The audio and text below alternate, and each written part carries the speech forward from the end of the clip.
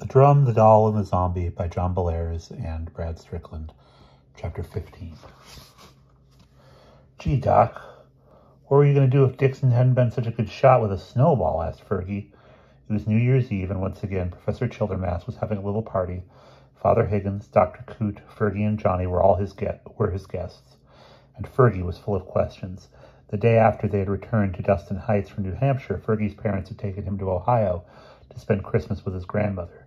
He had returned only this afternoon, and he wanted to know all about what had happened in his absence.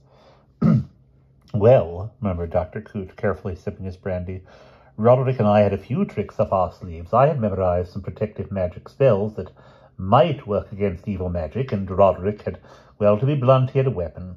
You see, Fergie, we suspected the zombie would show up, and, like you and Johnny, we knew how to deal with it, so Roderick packed a gun. That's right, said the professor with a fierce grin. As a matter of fact, I suggested that cemetery precisely because I wanted to fire my weapon in a place where it would do the most good. Too bad I didn't have a chance to discharge it. It's a nifty little Flash Gordon squirt pistol loaded with salt water. I intended to spritz the undead monstrosity right in the mush, but John Michael beat me to it. They all laughed. It was past 10 o'clock. Fergie's mom and dad and Johnny's grandparents thought the celebration was just to see the new year in, but the friends had other matters to discuss as well. On the hearth was the black drum, and they had to decide what to do with it. What happened to Mama Sinestra? Asked Fergie. Ah, said Dr. Coote.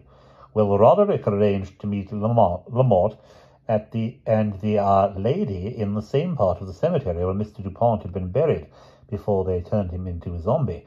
When Johnny broke the spell, the zombie regained his memory. He sank back into the earth and returned to his grave. I am afraid he took Mrs. Legrand along. You see, a zombie who recovered his human understanding would not feel very kindly toward those who had created the evil enchantment.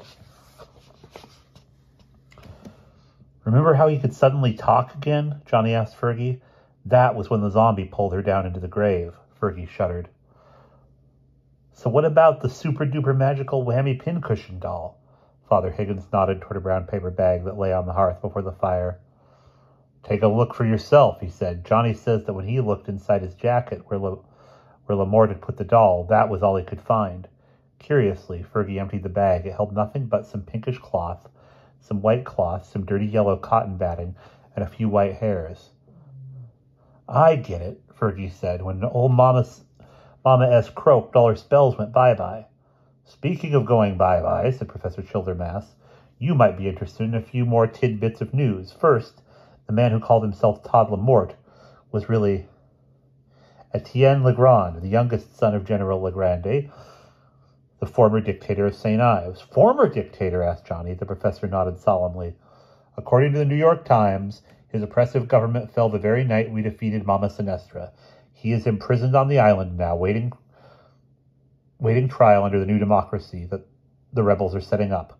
As for his son, well, we arranged for him to be checked into a charity mental hospital as John Doe, an unknown. He is totally helpless. He cannot talk sense, feed himself, or understand what anyone says. He is a zombie, only no spirit lives in his empty mind. I am afraid he will remain like that for the rest of his wretched life. Johnny knew that he himself had barely escaped Lamort's horrible fate. Now we have one thing left to do, he told Fergie. We have to destroy the drum. Dr. Coote grimaced. I hate to do it in a way, he admitted. It is a rare, even unique object, and there may be nothing like the drumhead in the world. You see, St. Ives is a volcanic island, and when settlers first came to it, they reported some odd creatures they called devil birds that nested in the caldera of the old volcano. They were supposed to be like huge birds, but hairless, with wings like those of bats. Settlers gradually killed them, but the drumhead is made of the skin that was stretched tight over the wings of such a creature. Johnny blinked. Hairless birds with wings like those of bats. That sounds like a pterodactyl, he said. Wow, said Fergie. The lost world, modern-day dinosaurs living on a Caribbean island. Do you have to destroy it, Doc? We've talked it over, said Father Higgins. We all agree that it must be done. So late that night, everyone trooped out to the professor's backyard, where he built a fire in the incinerator. As it was beginning to crackle, Fergie coughed and said, Dixon, there's one more thing I gotta know. You were supposed to tell your dad if you wanted to move away or stay here. What did you decide? Johnny hesitated.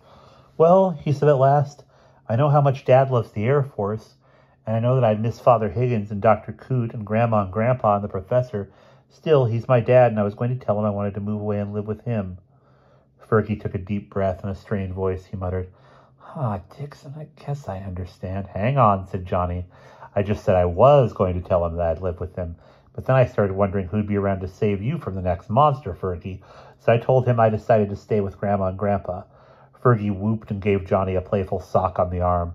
The two pushed each other around, laughing like loons, until Professor Childermass coughed and said, Now, gentlemen, contain yourselves, though I have to admit that I myself am pleased that John will stick around here in dull, boring old Dustin Heights, where nothing exciting ever happens. Then the fire roared up, and Dr. Coote muttered, Here goes nothing. He gingerly tossed the drum into the blaze as Father Higgins pronounced a solemn prayer of blessing. Orange flames licked the black sides of the drum, the hideous image of Baron Samedi charred and blackened. The thong snapped, the bones crackled, and the leather drum head shriveled in the heat. Then the wood burst into fire, glowing a brilliant yellow. Suddenly, with a great whoosh, a ball of reddish-orange flame shot straight up like a rocket. Everyone gasped and stepped back. Johnny blinked. Was it his imagination, or did the ball of flame take a shape? It seemed to him that great bat wings spread out, and a dragon-like head writhed at the end of a long, snaky neck. Then the wings beat once, twice, 3 times, and the flame creature sped away to the south, fading as it flew. Just then all the bells in Dustin Heights began to ring out. Great heavens, said the professor, clapping his mittened hands over his ears. Now we've done it. Did everyone in town see that monster flying through the sky? Fergie laughed. Prof, we're not as important as all that. It's just midnight, that's all. Happy New Year. They all laughed and wished each other a Happy New Year. Johnny looked up at the midnight sky. The fiery flying thing had vanished, and a million twinkling stars glittered against the black velvet heavens like so many brilliant diamonds. Johnny took a deep breath of the sweet cold air of Dustin Heights and felt himself at home and at peace with the world. And that's the end.